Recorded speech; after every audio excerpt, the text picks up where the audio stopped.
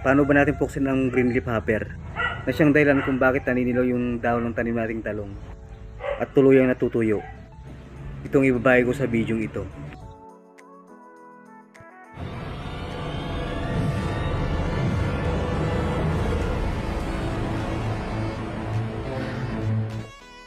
Isa sa mabisang parang para mapuksan natin ng green leaf hopper. Tanggalin natin lahat ng dahon na apektado ng green leaf hopper. Yung mga naninilaw at natuyo, tanggalin na natin. Nasa ilalim kasi ng dahon ng talong yung mga itlog at nymph ng green leaf hopper. Kaya kailangang matanggal yan. Yung mga dahon kasing natutuyo na yan at saka nanilaw, hindi na yan magbabago. At saka kumakain din yan ng sustansya ng talong. Kaya bumabagal siyang lumaki, pati yung bunga na di-deform at hirap lumaki. Kapag natanggalan natin lahat ng sirang dahon, sunugin naman natin o kaya naman ihukay at tabunan para mamatay yung itlog at nymph. Kapag natapos na nating tanggalin lahat ng mga dahon na sira, ang susunod naman natin gagawin, i-sprayhan naman natin. Dahil naprunin na, wala nang matatago yung mga insekto, kaya madali siyang ma-sprayhan. Mabilis na rin mamatay yung mga insekto.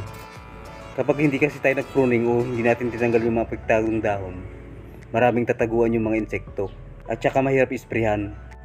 Dahil nagtatago yung mga green leaf hopper sa ilalim ng dahon ng talong, kaya mahirap silang puksain. Pero pag natanggalan natin yung mga apektadong dahon, madali siyang isprayhan. Dahil wala na silang mapagtataguan. Kaya madali lang patayin yung mga insekto.